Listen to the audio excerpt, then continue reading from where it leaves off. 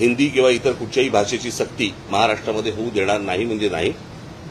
आणि या गोष्टींसाठी म्हणून मी सर्व पक्षांना आवाहन करतोय की येत्या 6 जुलैला गिरगाव चौपाटीवरून मोर्चा काढायचा निर्णय आम्ही घेतलेला आहे। त्या संपूर्ण मोर्चामध्ये कुठेही कोणताही झेंडा नसेल। तो संपूर्ण मोर्चा हा मराठी माणसाचा असेल।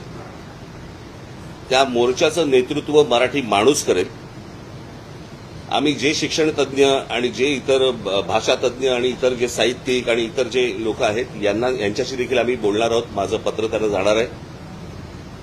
सर्वांना त्या मोर्चाला आम्ही तिथे बोलणार आहोत। सर्व पालकांना आम्ही आमंत्रण देत आहोत।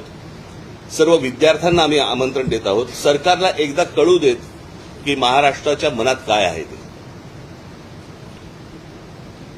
आणि महाराष्ट्राने संपूर्ण ताकद मला असं वाटतं 6 जुलै रोजी सकाळी 10 वाजता गिरगाव चौपाटीवरनं हा मोर्चा निघेल।